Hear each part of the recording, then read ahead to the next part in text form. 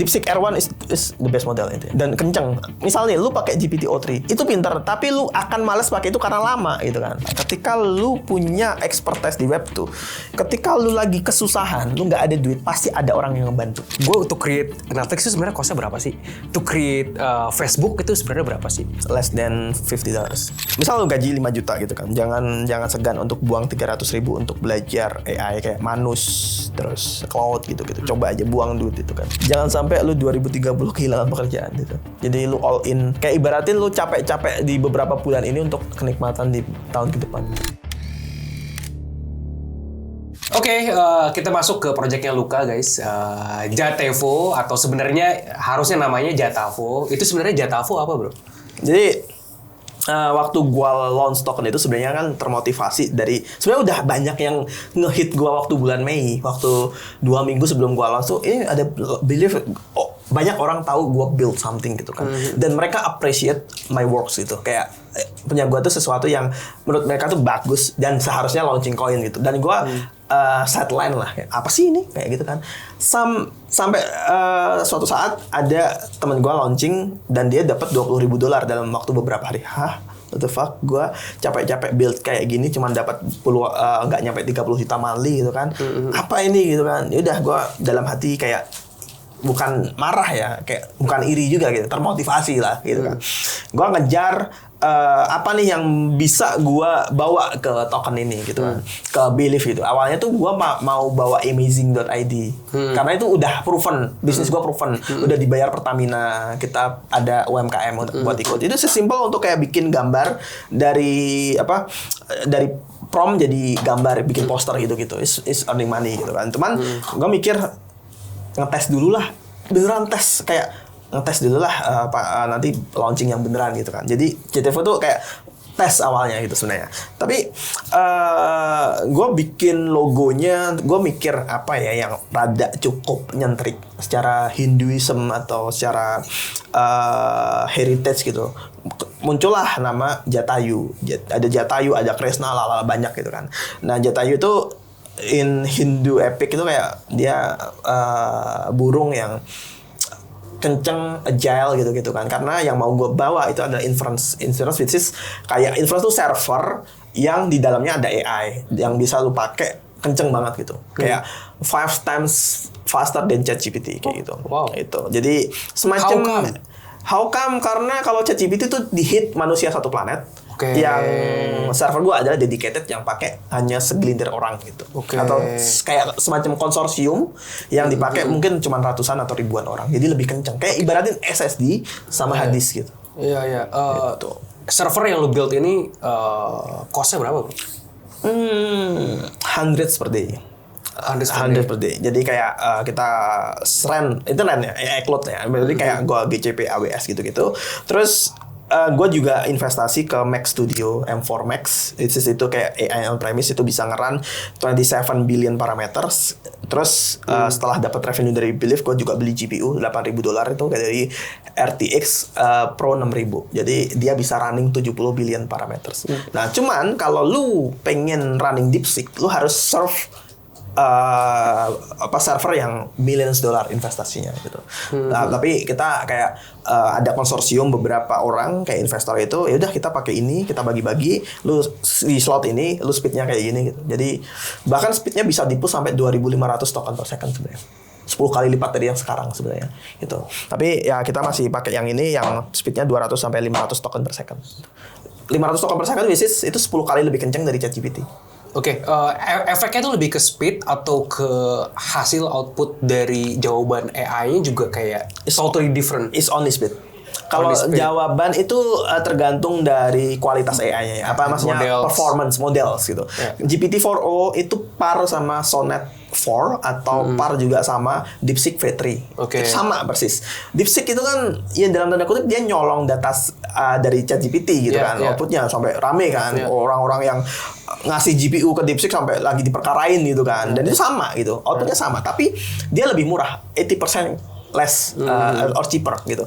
Karena kita nggak perlu bayar AI, nggak perlu bayar profit ke company-nya gitu. Yeah. Karena gue simple download DeepSeek, gue pasang di server, gue hit, ini keluar jawabannya gitu. Ya kayak gue ngehit API OpenAI, tapi gue ngehit in my own server. Oke. Cuman speed doang only ya. Concern lu di sana. Yes, speed and secara use case, maksudnya untuk beberapa use case belum tentu ChatGPT itu jago banget semuanya. Jadi memang buat use case, misal lu butuh sesuatu yang jago banget di UI UX code gitu, DeepSeek is the best gitu, dengan performa yang sama, harga yang mungkin, maksudnya yang GPT-4o dengan V3 secara totally mirip, tapi untuk UI UX untuk bikin website DeepSeek V3 lebih bagus daripada GPT gitu. Dan pakai ini gitu. Bisa dari harga, speed sama performance gitu. Gue sampai bikin matrix gitu dengan, bahkan nanti gue lah mau bikin kayak misal gue case lu ngeprom apa, dia otomatis milihin model. Karena tiap model punya. Itu GPT-5 gak sih? I don't know. Gue gak tahu ya, naratifnya sih GPT-5 adalah ya yang lu bilang tadi, ketika gue prompt dia langsung kayak cari the best models untuk answer itu. Itu yang lagi gue pikirin. Artinya ketika gue nge-prompt model mana nih yang paling suitable untuk case itu. Gila, Luca Altman.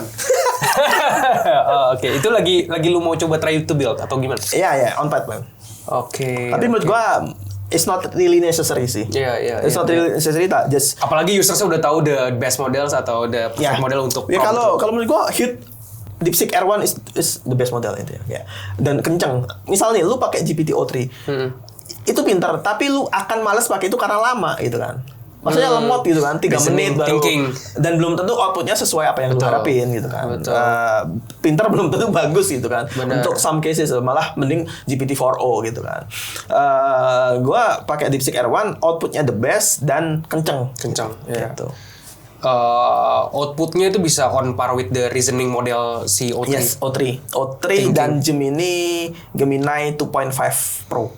Yang DeepSeek. Oke. Ya. Nice. Sampai si OpenAI nurunin harga si O3 sampai jadi $8 dari $40 gitu. Jadi gue bisa bilang we are 70% less cost, tapi dia nurunin, tapi ya sekarang $8. DeepSeek gue ya masih $3, $2 gitu. Iya. Dan keluarlah GPT-O3 yang O3 Pro yang $60 atau $80 per 1 million token. Nah, terus balik lagi ke Jatayu ini. Si Jatavo atau Jatevo. Gimana bro? The first run dari pertama lu launch, terus until hit 1 mils, terus running, bla bla. Nah ini story ini nih yang gue pengen dengar dari awal launch. Oke, jadi nggak bisa dipungkiri komunitas itu adalah yang bisa ngerakin harga. Lu sejago apapun, lu alumni Harvard, lalu lu nggak ada temen, nggak ada yang bisa nge-shield your token, your project, lu nggak bisa ngomong project lu itu apa, barang lu nggak akan gerak. Gua udah ngenalin ke beberapa orang yang ya prominent in their field gitu, kayak gede lah masanya gitu. Udah nggak ada yang tahu, termasuk lu mungkin nggak. Gua ngasih lu kan 400 kan, mungkin lu nggak tahu gitu.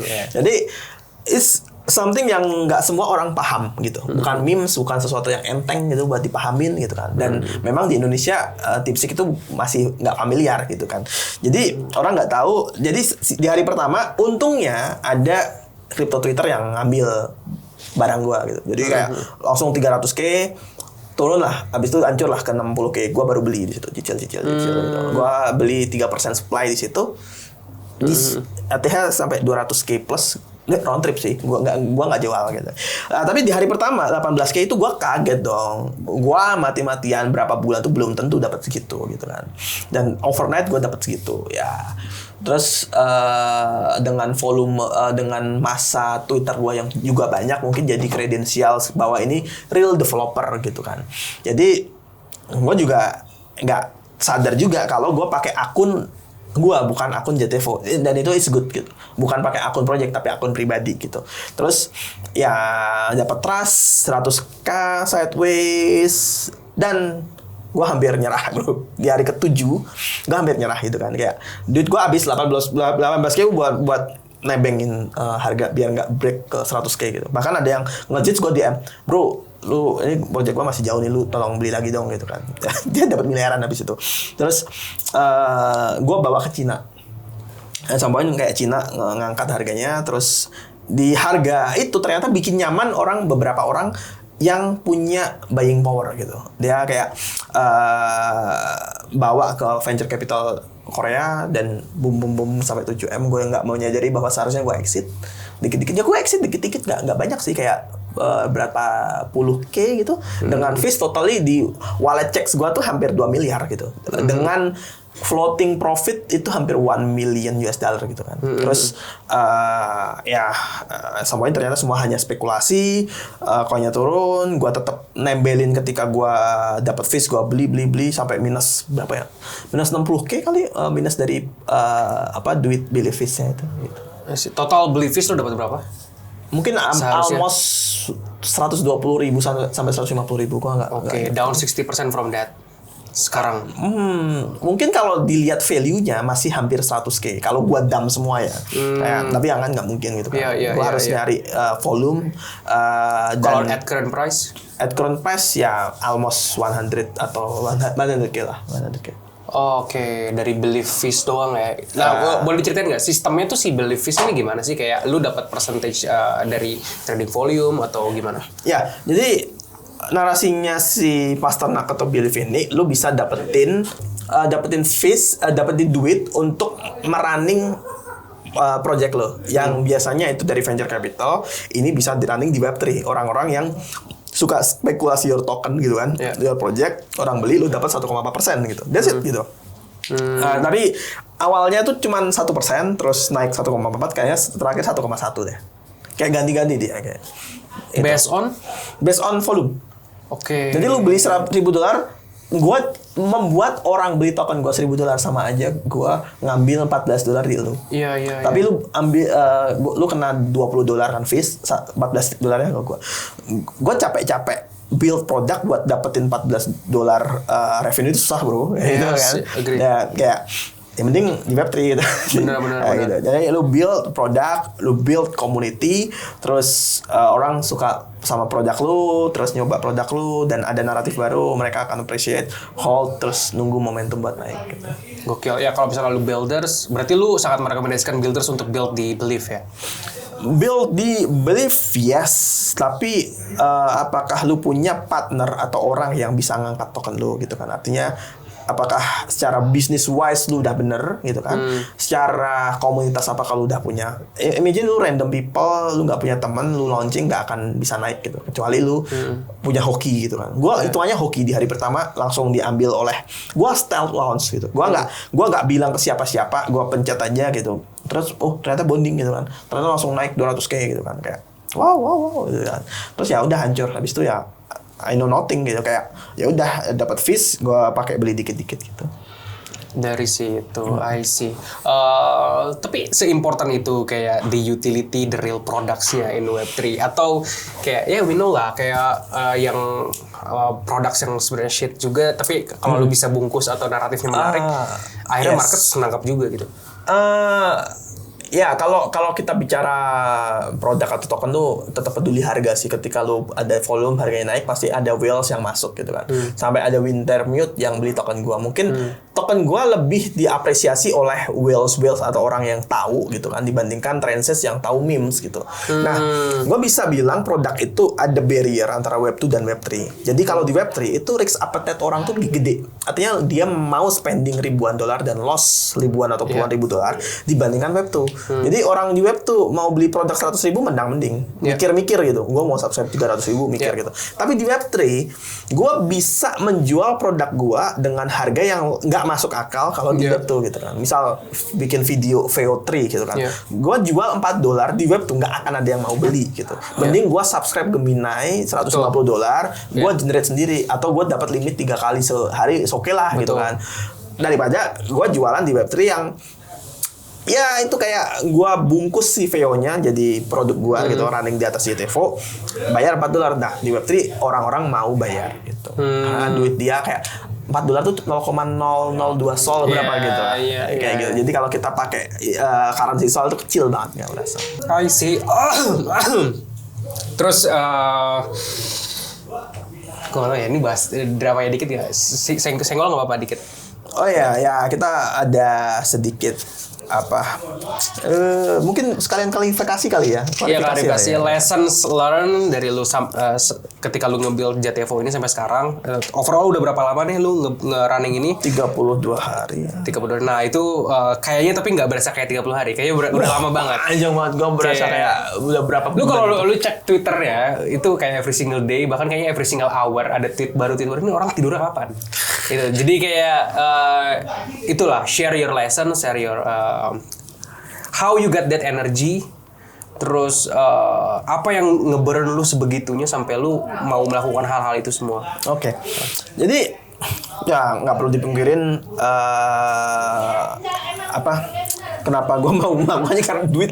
Balik lagi duit. Yes. Jadi lu cari duit untuk melakukan sebuah perubahan atau lu melakukan perubahan untuk dapat duit. Gimana ya? Kayak intinya ketika lu punya duit lu bisa make some change gitu kan. Orang lebih bermanfaat gitu kan, atau lu bikin bermanfaat dulu baru dapat duit gitu kan. Nah, kalau menurut gue ada dan tak ada JTFO, gue tetap akan bisnis ini gitu. Tapi pasti lambat gitu. Gue earning kayak gitu, presentasi kesini kemari, sesuatu hal yang kadang halu belum tentu dapat duit gitu kan. Tapi dengan adanya JTFO, gue bisa agile banget. Gue langsung beli ini itu, hire ini, ayo kita bikin kayak VO3 yang ada di Telegram gue, dia bikin cuma sehari gitu. Gue nge-hire pro developer gitu kayak. Ya enggak, sebenarnya kayak masih mahasiswa orangnya tapi bagus banget talentnya gitu kan. Jadi gue bisa agile, gue sekarang udah punya 7 employees, kita kerja kayak 3 shift gitu kan, 24 jam. Dia kerja sampai jam 3 pagi, ya gue gue pengen bikin ini yang lagi gue bikin tuh, misal lu upload, gue cekrek foto lu upload, tambahin kacamata. Lu kalau upload di ChatGPT pasti semua muka lu berubah gitu kan. Yes. Itu nggak akan. Gue lagi develop itu. Jadi kayak add kacamata, ganti bajunya gitu. Nggak ada model khusus yang open source juga gitu. Gue lagi masukin ke infra gue gitu. Nah, pertanyaannya apa tadi ya? Your lessons during all lessons gitu. Apa aja gitu. Nah, ada up and downs-nya, ada drama and everything. Dengan 7 hari gue sideways, nggak bisa dipungkirin sebuah komunitas atau komunitas di Indonesia pada umumnya itu ngebantu volume naik. Appreciate it. Yeah. Mereka holds dari 100 ke 400K. Dan itu gue pakai buat lari ke Korea dan China. Korea, China, Hong Kong gitu kan. Ada beberapa venture capital yang ngambil. Karena mereka lebih nyaman di 500K daripada 100K gitu. Jadi ini kayak estafet. Oke, lu udah bawa gua ke sini. You earn 3x 4x gitu kan, dan lu nge-hold gitu kan. Sini ke bawah lah 800K. Seneng semua dong yang di bawah gitu kan. Ada yang ngejit, ada yang masih nge-hold.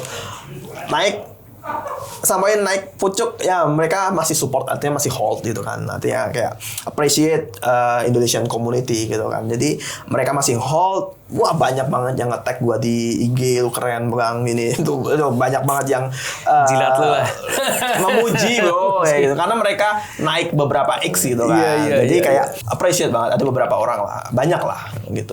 Sampai kita space untuk jelasin apa sih apa yang kita lakukan gitu. Nah, the problem atau the drama begins ketika my college ngenalin gue ke Unabyte. Ini lu yang bikin, lu katanya lu tahu orang ini, lu gitu. Wah, gue nggak tahu gitu kan. Gue assess ini siapa sih, kayak namanya kayak kurang familiar, terus kayak gue assess, oh menarik. Gue lagi melakukan hal yang mirip untuk riset di health and longevity. Gue pakai Whoop ini. Yeah. Ini bisa nge-track your daily lifestyle, kayak your strain, your sleep habits gitu-gitu. Karena ini, lu begadang, lu tuh nge-destroy your organs gitu. Lu bisa ngerusak ginjal lu, pembuluh darah lu, kayak ibaratin kayak darah lu kayak ngalir dengan kecepatan atau tekanan tinggi, ngerusak, ngekikis organ lu kalau lu kurang tidur gitu kan.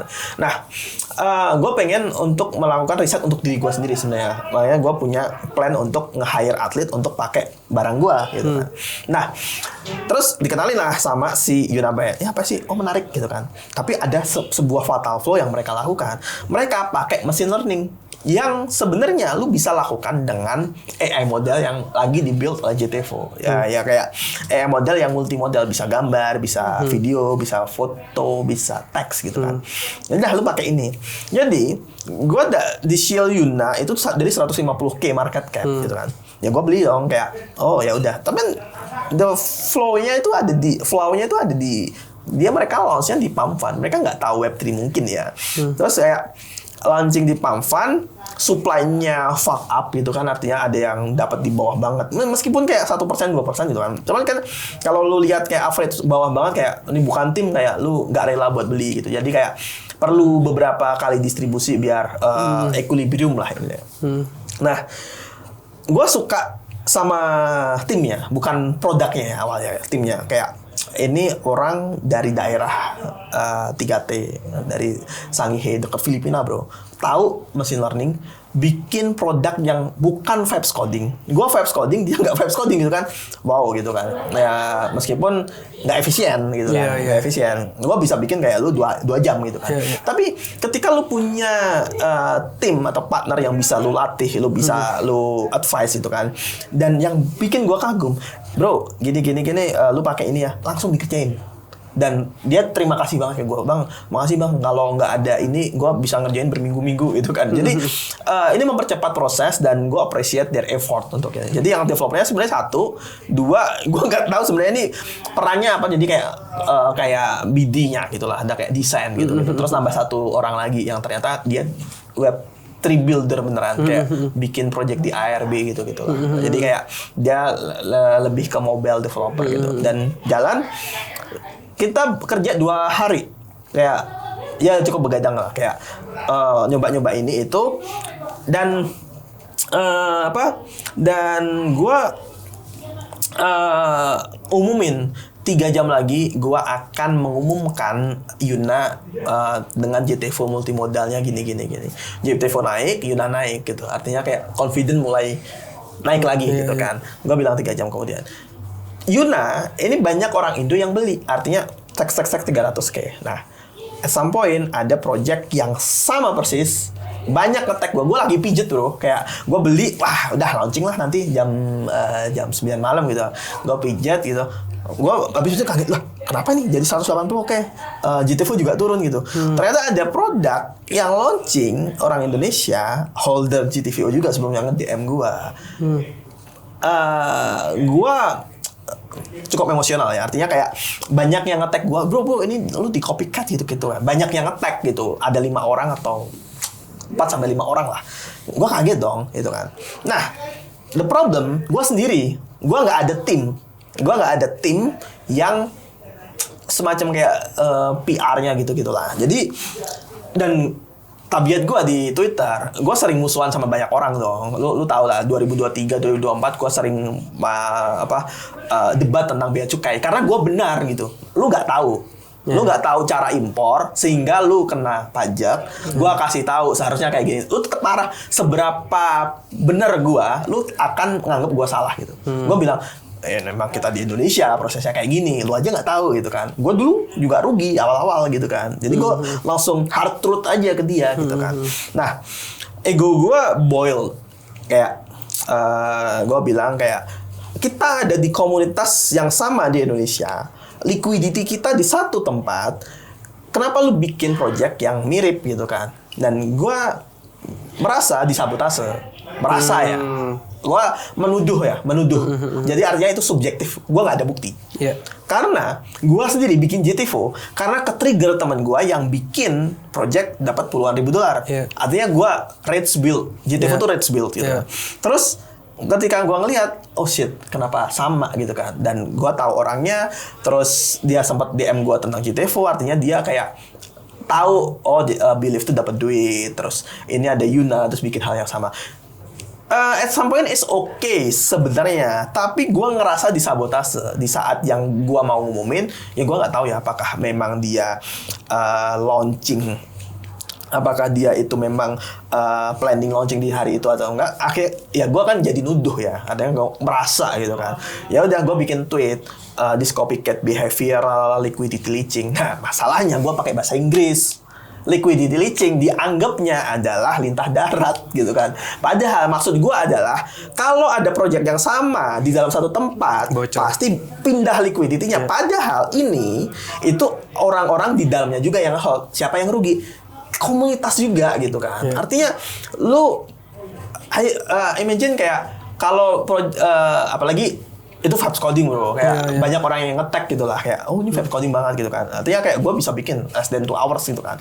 Maksud gue kalau lu memang vibes coding, bikinlah sesuatu yang hal yang rada beda lah. Karena ini di dalam satu komunitas yang sama, atau mungkin Rage Build sama ini gitu. Dan yang Yunabyte ini launching di pump fund yang not extracting the fees gitu kan, nggak ada benefitnya, pindah lah liquidity-nya. Maksud gua itu gitu. Jadi liquidity di sini pindah ke sini artinya bukan karena masalah persaingan produk gitu, momentum ini di saat lagi stack 300k langsung pindah gitu kan. Itulah yang gua maksud liquidity leaching, artinya liquidity-nya pindah dengan tempat yang sama gitu kan. Siapa yang rugi? Kalian juga gitu. Bukan gua AVG 150 kayak gua nggak rugi gitu kan. Tapi gua ngerasa you harm your own community gitu. Yang community maksudnya tuh orang yang bikin ini bukan komunitas di Indonesia itu gitu. Nah itu dipelintir lah oleh sebagian orang. Jadi kayak seolah-olah gua membenci komunitas itu, gua ngatain sombong kayak gitu. Padahal enggak. Maksud gua tuh kita di Indonesia pada umumnya ketika lu bikin sesuatu yang proyek yang bahkan kalau lu mungkin ke komunitas super team atau apa gitu, itu pasti kayak mikir-mikir, wah ini udah ada yang bikin, harusnya gua bikin sesuatu yang ada it's-nya gitu.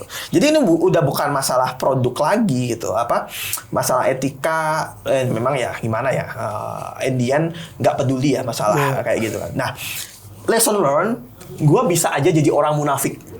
Gue beli, gue support, gue farming. Misalnya gue, wah keren, lu bisa pakai produk gue lo bro gitu kan. Cuman kan gue memilih hal yang benar menurut gue. Gue nggak mau jadi orang munafik gitu. Bener-bener salah-salah daripada bisa jadi nih kalau itu nggak kejadian, gue munafik. Gue goreng, artinya kayak gue support, wah ini disupport JTFO gitu kan. Karena JTFO banyak yang deketin gitu, waktu gue di atas gitu kan. Pasti akan naik, dua-duanya akan naik. Ya katalah gue ngorbanin Yunabyte, gue ngorbanin 4 orang ini buat pindah ke project yang ini, naik, gue cuan, mereka jadi EL gitu kan. Ibaratnya kayak itu ada opsi yang bisa gue ambil, tapi gue nggak ambil itu gitu. Karena secara politik, kalau kita bicara politik, it is a political learn lah. Menurut gue lesson yang sangat berharga. Gue beruntung dapat case ini di Web3. Kalau ini di Web2, gue udah dimatiin bro. Ya meskipun di Web3 juga dimatiin juga sih. Artinya karakter gue dibunuh, kayak difitnah di mana-mana gitu kan. Ya gue ngerasa kayak, gue nggak berekspekt, I can't imagine efeknya tuh sampai kayak gini. Karena ketika gue musuhan sama orang yang becukai gitu-gitu, mentok-mentok ya kita di blok, lu siapa sih dikatain gitu, nggak ada price action token gitu kan. Yang ini ngerasa banget, efeknya ngerasa banget. Di FUD lah, gue dikatain, wah ini orangnya exit, sell, di FUD macem-macem lah gitu kan. Ya gue self control, cara krisis gitu, nanganin krisis ya. Akhirnya ada angel investor yang mau masuk ke gua karena how I handle the crisis gitu. Jadi sebenarnya ada 3 opsi yang gua pilih. Gua diem, artinya oke, tahu sama tahu, gua let my token down, Yuna down, ini naik gitu kan, semuanya pasti balik lagi. Bisa jadi mereka cari profit buat nge-push lagi gitu kan, bisa jadi gitu kan. Yang kedua, gua jadi orang munafik. Gue coba farming secara halus gitu kan. Wah, gue beli terus gue exit gitu kan. Yang ketiga ya retaliation, karena kayak produk gue merasa disabotase gitu kan. Akhirnya ya sebenarnya gimana ya? Kalau secara produk seharusnya gue confident gue bisa lebih bagus gitu secara produk gitu kan. Tapi ego dan fatalnya tuh banyak yang nge-tag gue, ego gue kesenggol, dan itu lesson learned yang sangat mahal gitu. Tapi semua terjadi pasti ada reasonnya lah. Jadi kayak ya gue udah cerita ke lu kan, gue ketipu, gue dapat 1 billion, terus semuanya gitu kan. Jadi yang sangat disayangkan atau sebenarnya fortunate juga kan, banyak orang yang sell di bawah setelah mereka naik. Katalah lu invest 2.000 jadi 50.000, lu nggak take profit, turun cuma untung 1.000, lu take profit gitu gara-gara case ini gitu kan. Jadi lesson learned sangat berharga gitu. Dan ya gue minta maaf lah ke beberapa orang yang terdampak, apalagi orang-orang yang nggak tahu apa-apa gitu kan, mereka loss puluhan juta atau ratusan juta gitu karena tweet gua itu gitu. Gua nggak tahu se-impactful itu tweet dipelintir seolah-olah gua jadi bad guy gitu, padahal enggak gitu, karena gua appreciate you all gitu, karena you all yang bawa gua ke 400k, terus gua bawa itu ke Korea dan China gitu. Jadi memang gue ngerasa kayak fragile aja kita, belum ekosistem kita kayak gini, dan gue nggak menyadari itu. Ada possibility gini nggak, your holders, JTVO holders atau tadi token si Yuna holders, mereka sebenarnya mau ngejits, mau ngejits your own tokens, tapi kalau ngejits terus kayak dump tiba-tiba with no reasons, itu akan mungkin everyone bakal ngeblame them for jitting that gitu. Tapi instead of biar mereka nggak disalahin, gue cari narasi ya untuk kayak melintir lu bla bla bla, kayak supaya the price action is down gitu. Jadi kalau misalnya gue ngejit sebanyak itu, yang kena blame lah lu lah, karena your own actions gitu. Jadi gue ada alasan reason ngejit because of you gitu. Padahal sebenarnya emang gue ngejit pengen gue ngejit aja dan take profits. I'm not sure itu nggak ada di apa yang gue perhatiin sih. Karena kalau lu ngejit pun bebas, lu wallet lu kan nggak tahu itu siapa. Bener. Itu bebas, hak lu, dapat puluhan hak lu gitu kan. Menurut gue it's pure my fault gitu. I'm not politically correct gitu kan untuk menyampaikan itu gitu. Gue terlalu benar, merasa benar dengan cara gue. Jadi seolah tuh kayak kalau kita pemilihan presiden itu kayak malah pendukung gue pindah karena kegoblokan gue gitu. Gue bilang it's the biggest fault, atau sebenarnya bisa dicegah kalau gue mencoba untuk jadi munafik gitu. Atau at least netral gitu. Ada pilihan, lu mau jadi munafik untuk extracting, lu jadi netral karena ini ada kejadian banyak startup yang lagi di copycat, yang hari ini Cluely yang lagi rame itu, si Roy itu lagi di copycat sama orang gitu kan. Countermeasure-nya gue lagi perhatiin gimana sih caranya real world business di copycat itu kayak gimana reaksinya, karena venture capital pasti kebakaran di situ. Udah ngasih duit terus ada yang gratis gitu kan, ngeganggu narasi gitu kan. Jadi kayak pasti dia same position with me gitu. Karena memang bikinnya juga nggak susah-susah banget gitu kan. Jadi terus yang ketiga retaliation, kayak gue front, we are at war gitu kan. Dan salah gue nggak nge-tag orangnya, gue nggak nge-tag projectnya, dianggap gue nyerang komunitas, dan itu fatal. Padahal gue nggak bermaksud kayak gitu. So now you guys heard everything about the drama. Intensinya sebenarnya nggak ke sana. Intensinya lu tetap baik lah ya. Lu tetap for the whole community. Gue udah ngasih surat permintaan maaf. Tapi ya nggak gue sebar sih, kayak gue minta maaf kayak gini. In person gitu kan.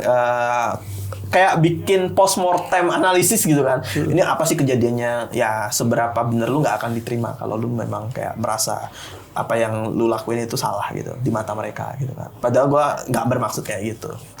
Ya gue melakukan itu untuk memprotek apa yang gue punya gitu kan. Memprotek maksudnya kita ada di dalam satu komunitas yang sama, liquidity yang sama, ya please do the ethical way gitu. At the end, at least ya besoknya lah atau tunda dulu lah gitu kan. Karena barangnya sama bro, lu invest di sini juga, orang-orang di dalamnya itu juga gitu kan. Lu harming your own community. Your own tuh your orang ini di dalam community, bukan community secara ownernya ya maksudnya. Orang ini harming teman-teman mereka. Oke, ini ngomongin ethics ya. We are in Web3 nih kan.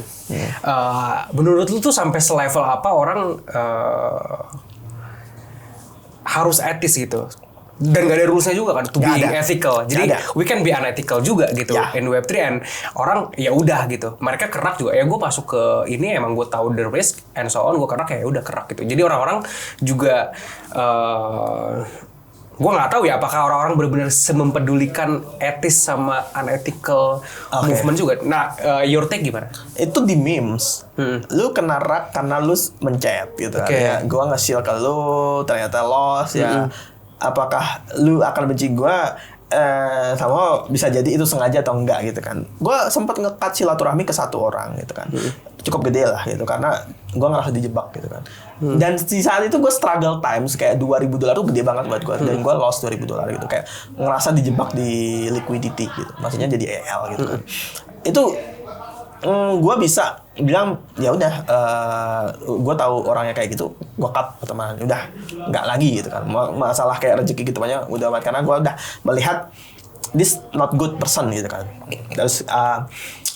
Terus kalau masalah ethical dan legal itu memang ada jembatan pemisah. Jadi kayak apa yang legal itu belum tentu etik gitu. Apa yang unetis itu udah bisa jadi legal, pasti legal gitu kan. Jadi karena ini ke ranah web tuh ya jatuhnya ya produk ya artinya dan orang Indonesia gitu sesama di komunitas apalagi pernah kontekan ibaratin kayak lu nusuk ya. Sebenarnya ya balik lagi bisa jadi ego gue ya, bisa jadi kayak gue terlalu kegeeran produk gue terlalu bagus atau kayak gimana gitu kan. Sampai ya harusnya saling support lah kayak gitu. Lu bisa bikin cepet gitu kan vibes coding, kenapa harus bikin hal yang sama gitu kan. Ya gue menyadari ketika lu bikin sesuatu yang beda pasti tetap ada liquidity yang pindah. Gue menyadari itu dan kelihatan di kemarin ada launch token beberapa token pindah gitu kan.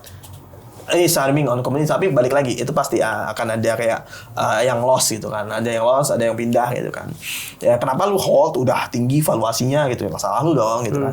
Cuman ini lebih ke ya karena gua kegeeran, gua ngerasa kesabotage artinya gua punya ya harga diri juga nggak seberapa sih artinya kayak ya kita di Indonesia di liquidity yang sama kenapa harus bersaing gitu kan. Ya produk lu bisa bikin produk banyak banget gitu loh kayak meskipun idea lu udah mungkin itu idea duluan lu terus di Yuna launching duluan gitu kan. Ya itu bisa jadi satu motivasi ya. Gua bisa bikin lu kayak lu gitu kan. Cuman kan gua buat launching produk kan gua nggak akan menyamai teman-teman di Super Team atau di Solana Breakout gitu loh. Kayak, itu masalah etika. Mending slow down, bikin sesuatu yang lain, apalagi vibes coding gampang gitu kan. Ya kalaupun mau di health nutrition ya bikin yang kayak beda dikit lah kayak dietary plan, chatbot kan yang lebih gampang juga gitu kan. Jadi gua ngelihat ini rates building akhirnya ya udah menurut gua you are hurting your own communities. Mungkin maksudnya itu gua takut dipelintir lagi artinya lu melukai teman-teman lu sendiri yang ada di sini. Tapi ya balik lagi Web3 enggak ada masalahnya gua kan lama di Web 2 gitu kan. Jadi kayak etosnya itu lebih ke Web 2 build gitu. Tapi lu ekspektasi lu di Web3 juga harusnya etos Web 2 tuh bisa kebentuk di Web3. Yes, itu salah juga. Maksudnya gue harus menyadari bagaimana cara mengambil hati orang Indonesia in munafik way gitu. Lu tahu, gue tuh tahu ngambil hati lu, ibaratin kayak gue pengen ngambil duit lu dengan cara gue ngambil hati lu gitu kan. Tapi kan munafik gitu ya. Gue terlalu apa adanya gitu dan itu salah gitu. Jadi kayak gue bisa aja bermuka dua, tapi gue nggak bisa gitu. Jadi itu yang backslash buat gue gitu. Seharusnya gue bisa bermuka dua, berdiri di dua kaki gitu. Gue nggak bisa. Gue terlalu frontal, gue terlalu merasa benar gitu di jalan gue gitu kan.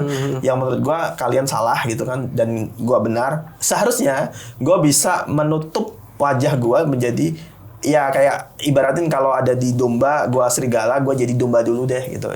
Gue ambil duit lu pelan-pelan gitu. Tapi gue nggak. Kalau bisa ngulang lagi lu akan melakukan itu? Akan netral. Oke. Akan netral. Karena kayak ada karma, gue ngerasa kayak karma gitu-gitu lah. Akan netral. Ada opsi gue farming, ada opsi gue netral, ada opsi. Nah yang ini, yang terakhir gue ngambil farming. Jadi yang lagi token kemarin naik gitu kan. Gue nggak support tokennya gitu kan. Tapi gue beli di 60-70K, gue taruh LP sekarang. Kemarin sempat 500K kan, ya gue masih punya 1%, 2% gitu kan. Jadi kayak pasti di push gitu kan, do nothing. Kayak nggak support enggak, tapi beli gitu. Meskipun gue ya dia withdraw juga dari awalnya mau kerja sama tapi gue lagi di bawah jadi withdraw gitu kan. Lesson learn ya udah gue beli aja gitu, gue diemin aja gitu kan, toh kayak duit nganggur gitu kan. Dan lo tahu itu bakal di-push juga. Iya gitu kan. Jadi somehow emosi nggak ada, duit dapat gitu, tanpa harus nge-push sesuatu gitu. I see. Gila. No, kalau misalnya lu mau pada launch tokens, lu ngerekomendasiin builders untuk launch di Believe? Even si Yunabyte kita akan launch di Believe tapi not now gitu kan. Kayak gua akan matengin Yunabyte sendiri. Wait, with the same product? No, lebih komplit. Jadi Yuna is one of the whole product gitu. Yuna tetap akan ada utility token Yuna gitu. Misalnya Yuna akan bayar ke JTFO as pabriknya lah. Gua dapat revenue dong Yuna. Nah, imagine lu scan your nutrition, lu makan di restoran mana gitu kan. Lu record, gua dapat data lu dong. Lu dapat poin.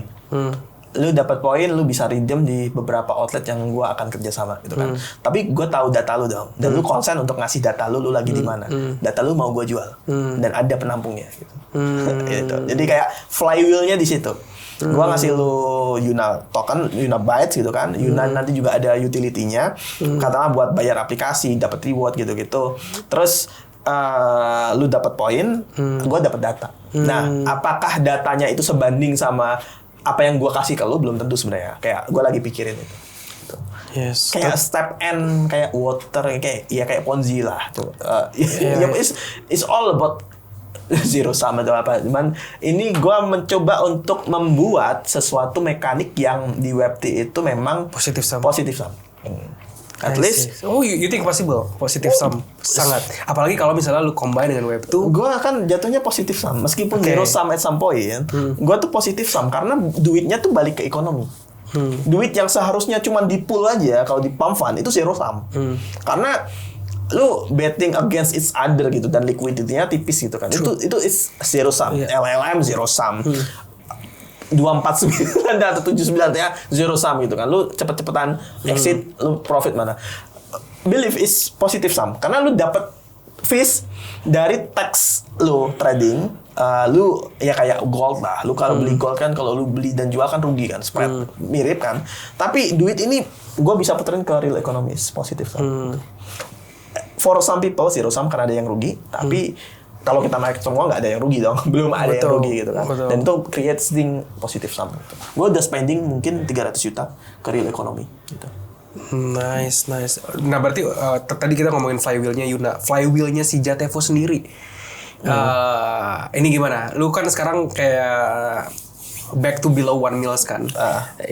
Dan lu tetap pengen nge-build ini mungkin I don't know runway lu masih panjang kan. Napas lu masih panjang, lu masih ada intentions untuk nge-push ini to go higher. Kan? Nah, itu mungkin lu bisa share gak kayak your plan from here, your roadmap ke depannya, dan kenapa lu yakin ini positive sum dan at some point markets will love JTFO again. Jadi give alpha. You invest in JTFO is like you invest in my equity. Jadi kalau playbooknya JTFO itu, lu nggak boleh nge-state token itu as equity. Karena ketika lu ada dibikin diinvest oleh venture capital, lu dapat duit, venture capital dapat stake, saham lu masih 90%, tapi nggak liquid dong saham lu nggak bisa hajar ke market, lu nggak exit kan.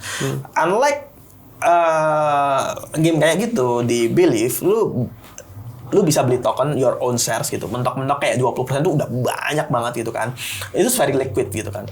Artinya sebenarnya gue bisa bikin narasi di mana toh gue ngerjain company gue sekarang tuh pakai duit kalian gitu kan. Appreciate your trading volume gitu kan. Artinya 1,4% yang lu kasih ke gue pakai untuk ngeran bisnis. Gue profit karena kalian gitu kan. Gue akan balikin profit ke token holder.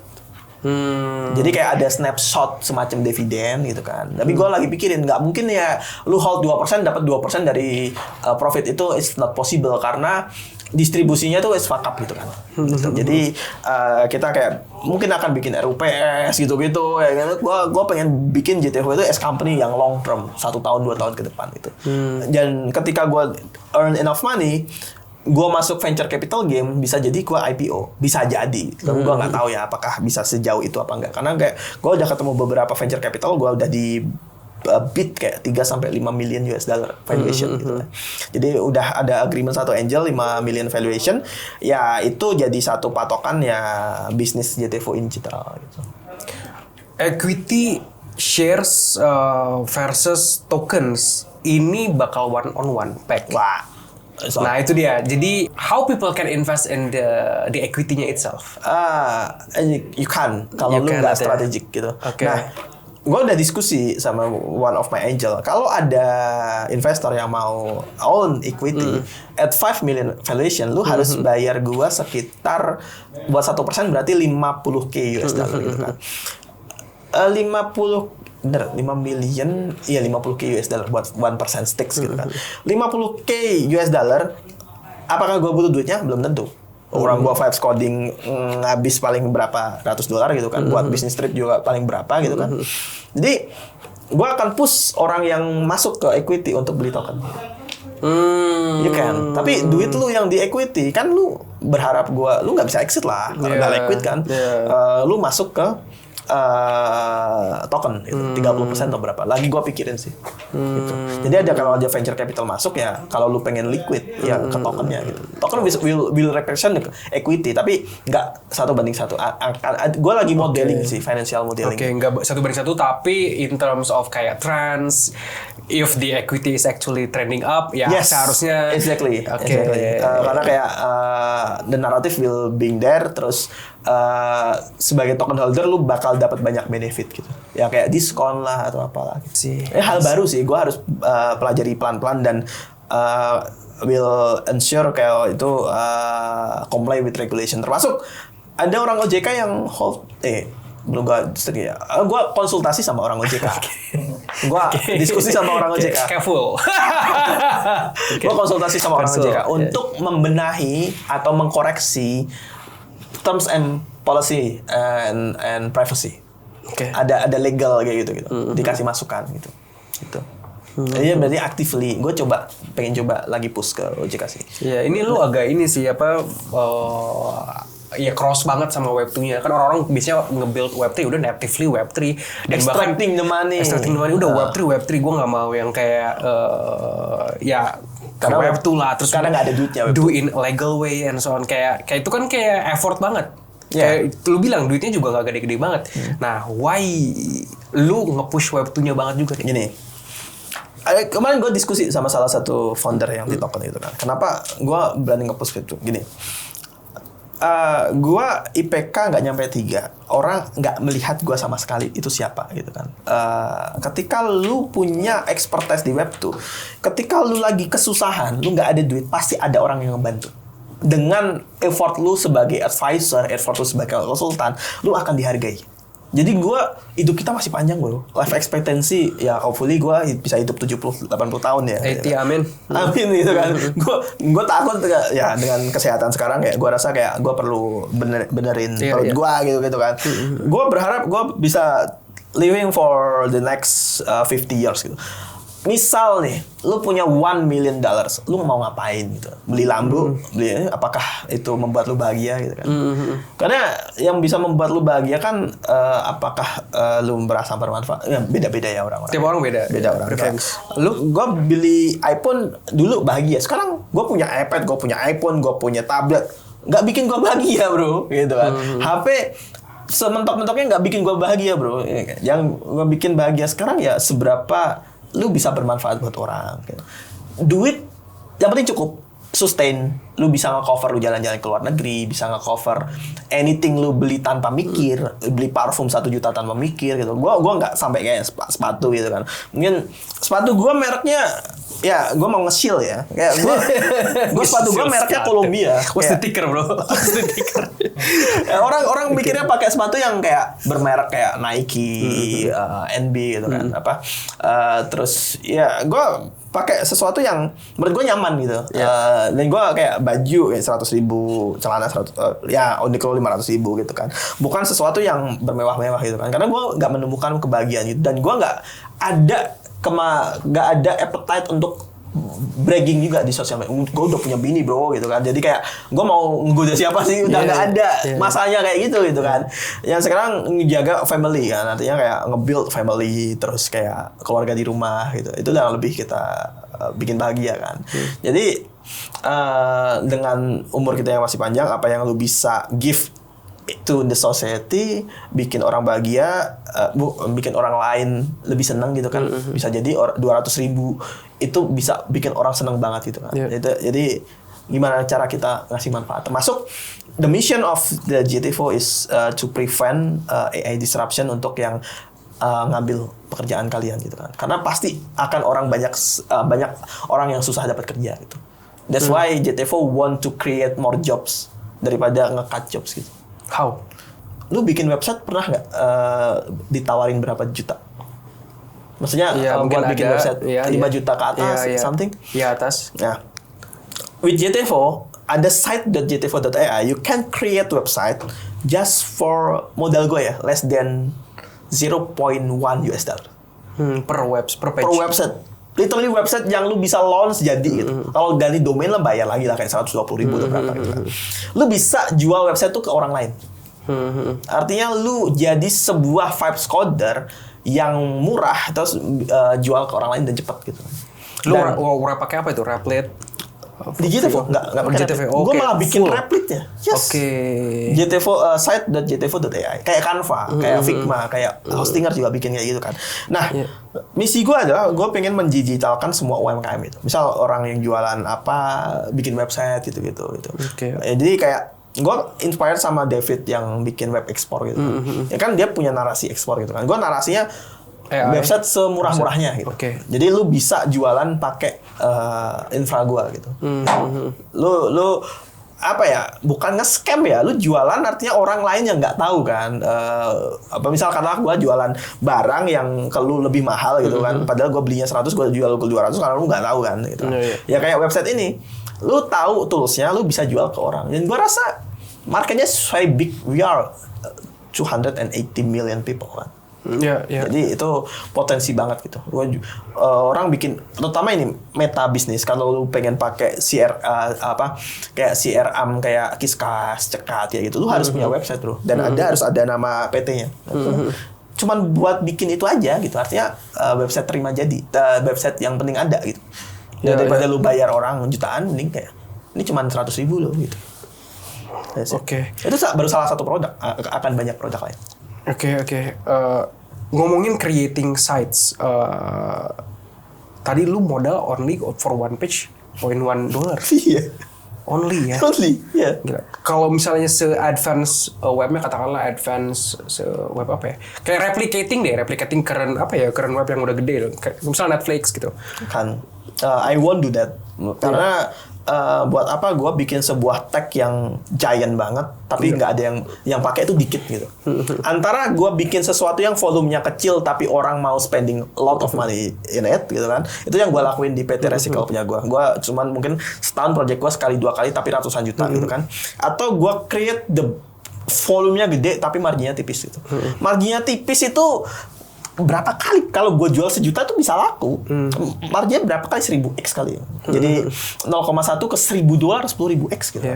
Jadi gue bisa ke $60 60x gitu lah. Jadi kayak 600x. Jadi kayak porsinya gede banget gitu. Dan atau gini deh, pertanyaan gue coba ubah dikit. Sebenarnya cost untuk create complex website, kayak contoh kita katakanlah Netflix belum jadi lah, kita mau create Netflix, tapi with the current vibe coding, AI and so on. Nah, gue untuk create Netflix itu sebenarnya costnya berapa sih? To create Facebook itu sebenarnya berapa sih? Less than $50. Less than $50. Nah itu maksud gue. Jadi kayak lu berarti bisa create something sekompleks Netflix, sekompleks Facebook and so on dengan vibe coding ini less than $50. Karena itu udah ada open source-nya. Open source Netflix, open source Google Drive, open source anything itu ada. Kalau lu menyelam di GitHub, menyelam di Reddit, itu ada. Tinggal lu how to fork the code-nya, terus lu jadiin itu jadi barang yang laku dijual. Barang lu sendiri yang kayak mungkin new idea sih, new Netflix-nya apa, gua nggak tahu lah apa itu. Cuman cost-nya currently less than 50 ya? Less than 50. Gokil. Jadi misalnya, atau gue misalnya gue kreator, gue cuma punya ideas, gue mau create startup something yang gue tahu ada value-nya, market fit lah, ada marketnya and so on. Gue pakai power misalnya pakai GTFO gitu. Nah itu sistemnya gimana? Ada stepnya nggak sih? Oke. minimal lu harus ngerti proses vibes coding dan lu katakanlah lu ngerti di V0 atau Replit atau di mana. Gua nyediain API untuk LLM-nya gitu. Yang biasanya lu pakai OpenAI, gua kasih lu DeepSeek gitu. Lu tinggal pakai aja. Gitu. Cheaper price. Udah. Compare gua pakai open. Yes. Jadi gua market gue pengen buka kantor di Korea karena market gue lebih ke sana karena mereka udah adopsi ChatGPT terus tinggal switch, kalau lu ganti DeepSeek V3 ini lu cost lu 80% lebih murah. That's it gitu. Cuman with the quality nggak jauh beda juga. Nggak jauh beda. Bahkan mungkin better at some point. Ya karena belum tentu lu tuh butuh model yang segitu gede gitu. Se-advance itu. Terlalu overkill gitu kan. Lu bisa pakai yang simple, kecil banget gitu kayak ya yang lama berapa gitu, yang less than $1 sebenarnya gitu. Jadi kayak sebenarnya kalau kita pakai OpenAI itu overkill. Gokil guys. So we are in the era of abundance, kayak lu bisa create anything dengan super cheap, gila ya. Bahkan lu bisa ngetes kayak lu punya ideas apapun itu lu coba aja tes bikin website cuma $50 gitu. Apakah beneran produknya laku apa enggak kan market yang bisa di-set. My biggest flip itu gue bikin skillai.id. Gue kan udah punya masa nih, artinya di Instagram, di Twitter, di Telegram pada ngikutin gue kan. Gue posisi ya lagi duit pas-pasan gitu lah. Gue build itu cuma lumayan sih $60. Bikin sebuah kayak akademi AI, kayak ada loginnya gitu kan. Terus gue jual 100 ribuan, gue dapat 30 juta. Gue salah satu pembeli guys. Gue supporter Luka. Gue bikin dalam waktu nggak nyampe sehari. Iya. Sampai integrated payment lu beli, gue dapat total 30 juta itu. Gitu. Jadi memang kalau lu tahu sasaran market lu, value yang lu bawa, pasti orang mau beli. Gitu.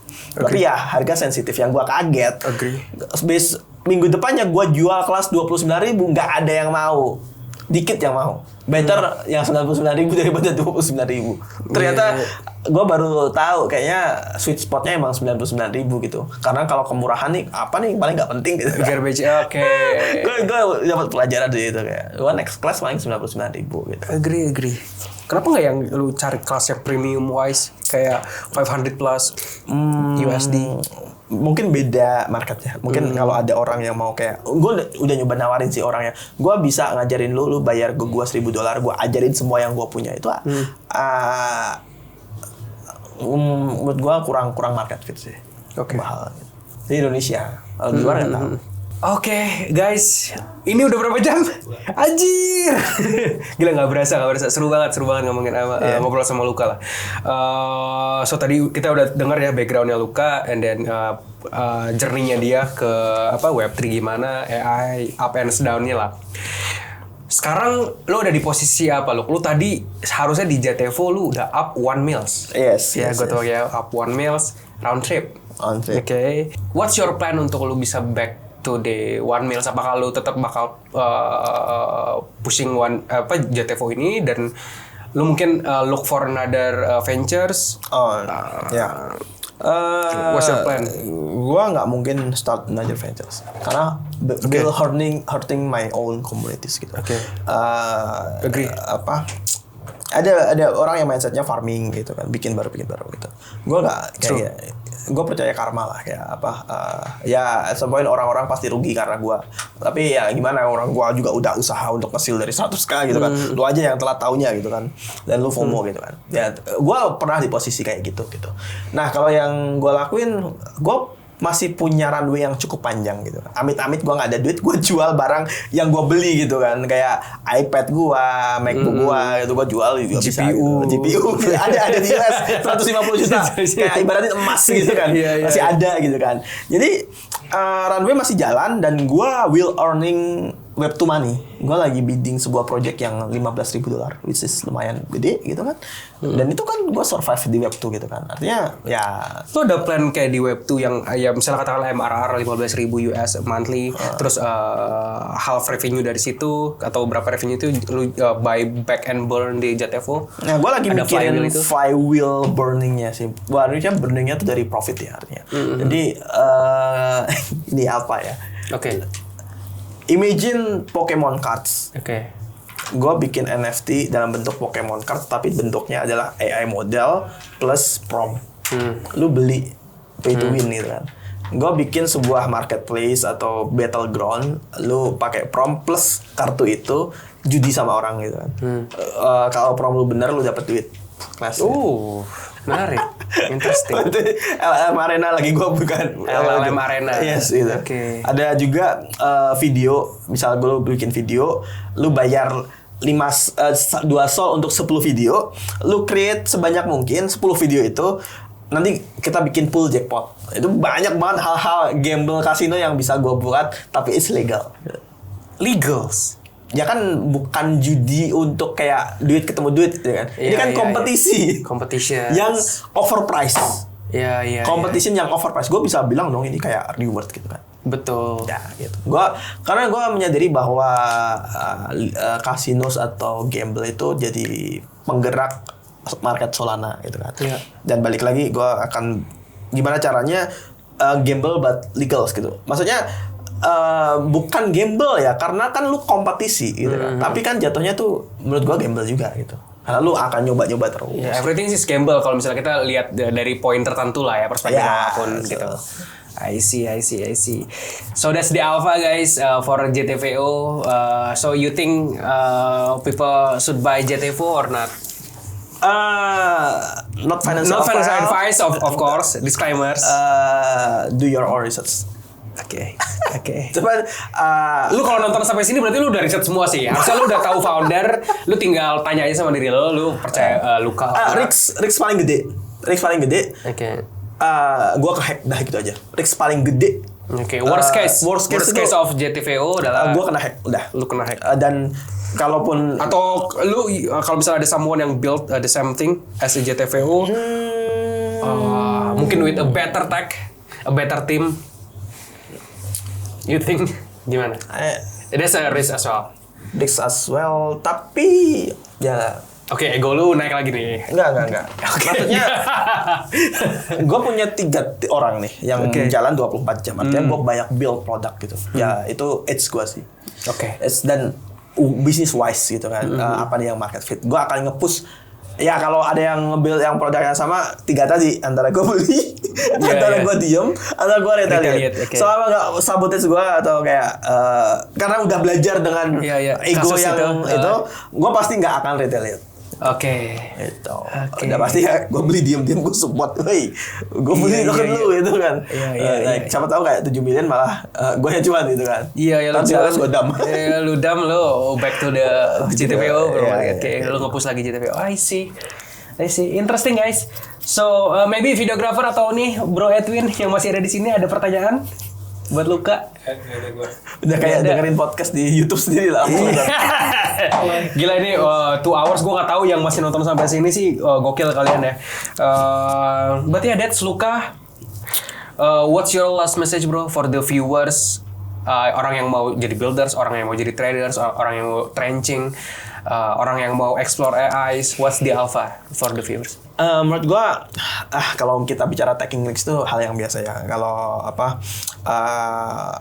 risk terbesar adalah lu nggak taking risks gitu kan. Nah, misal lu gaji 5 juta gitu kan, jangan segan untuk buang 300.000 untuk belajar AI kayak Manus terus Cloud gitu. Coba aja buang duit itu kan. At some point lu akan dapat capital gain atau payback return dari apa yang itu. Jadi on classic way tentang masalah risk lah, lu take the risk gitu kan, tapi memang susah bro. Kayak istri bini gue yang tetap kerja gitu kan, dia nggak bisa taking risk gitu. Tapi memang berat banget. Gue menyadari itu nggak semua orang berani untuk taking risk gitu. Gue mungkin udah taking risk dari umur gue 17 tahun, berapa ya, 15 tahun, dari SMA tahun dari SMA gitu kan. Hasil outputnya positif negatif atau maksudnya bikin rugi, bikin safety net gitu. Tapi tetap ya ada safety net dulu ya. Artinya kalau seburuk-buruknya gue jatuh, gue masih ada tabungan, gue masih ada aset gitu kan. Lesson learned ya, semua terjadi kan ada hikmahnya gitu. Yang pertama itu, yang kedua nggak semua orang pantas untuk kaya gitu. Jadi pasti ada yang jadi exit liquidity. It's just natural gitu, dan lu harus bisa menyadari kayak gue bilang, gue gue pamit dari Transys karena gue gagal menyadari kegagalan gue gitu kan. Lu menyadari karena meskipun lu terus mencoba belum tentu lu berhasil. Ini kata-kata demotivasi sih, tapi it's real gitu kan. Lu harus tahu limit lu biar lu bisa kayak lu lagi di downside, kapan lu cut loss gitu kan. Lu harus bisa menyadari itu. Jadi kayak itu. Terus yang ketiga, be anti-fragile. Jadi gue lagi suka bukunya Nicholas Taleb gitu kan. Jadi kayak bilang kalau yang resilient ada anti-fragile gitu. Semakin lu banyak pressure, semakin lu bisa cepat mantul gitu kan. Jadi ya that's all yang bisa gue bilang. Jadi terus yang terpenting adalah jangan sampai lu 2030 kehilangan pekerjaan gitu. Jadi lu all in. Kayak ibaratin lu capek-capek di beberapa bulan ini untuk kenikmatan di tahun ke depan. Karena kita nggak, AI disruption di Indonesia itu delay bro. Jadi 2 tahun ke depan mungkin akan banyak layoff, ekonomi susah bisa jadi. Ya, job tsunami ya, bisa dibilang labor market crash. Yes. Oke. Gitu. So tadi lu bilang taking risk, lu coba-coba aja kayak Manus, ChatGPT, and so on. Itu costnya yang lu pakai deh sekarang. AI itu berapa dollars? Gue bisa sampai 500 sampai $1,000 sih. Monthly ya? Monthly. Yang lu rekomendasikan, at least kayak misalnya, at least lu ada ChatGPT Plus lah, atau at least apa? Kayak kalau misalnya $200 budget monthly. ChatGPT, Manus, Genspark. Manus tuh kan bukannya credits gitu bro? Kayak credits. Ya, dan itu kayaknya, I don't know ya. Itu worth it ya buat lu ya? Worth it tuh. Yeah. Jadi gue kayak bikin automation tiap pagi gue dapet news dari dia gitu. Oke. Jadi kayak asisten aja. Iya. Bikin PPT. Betul. Enak banget gue bikin PPT bagus gitu. Terus ya Perplexity, Cloud sih nggak begitu ya, kayak kalau lu pengen bikin sesuatu yang React gitu lu pakai Cloud gitu. Perplexity ChatGPT dulu deh, $40, 600,000 per bulan.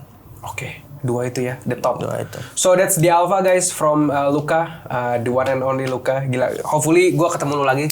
Thanks for sharing, thanks for the alpha. Yes. Yang mau follow Luka, ini ada di description linknya, Twitternya, terus projectsnya. Lu kalau misalnya mau deep dive, lu mau coba research lebih dalam, that's it. Dari gue juga itu aja. Terima kasih sudah menonton sampai sini. Kita ketemu lagi di podcast berikutnya. And see ya, bye-bye. Thank you.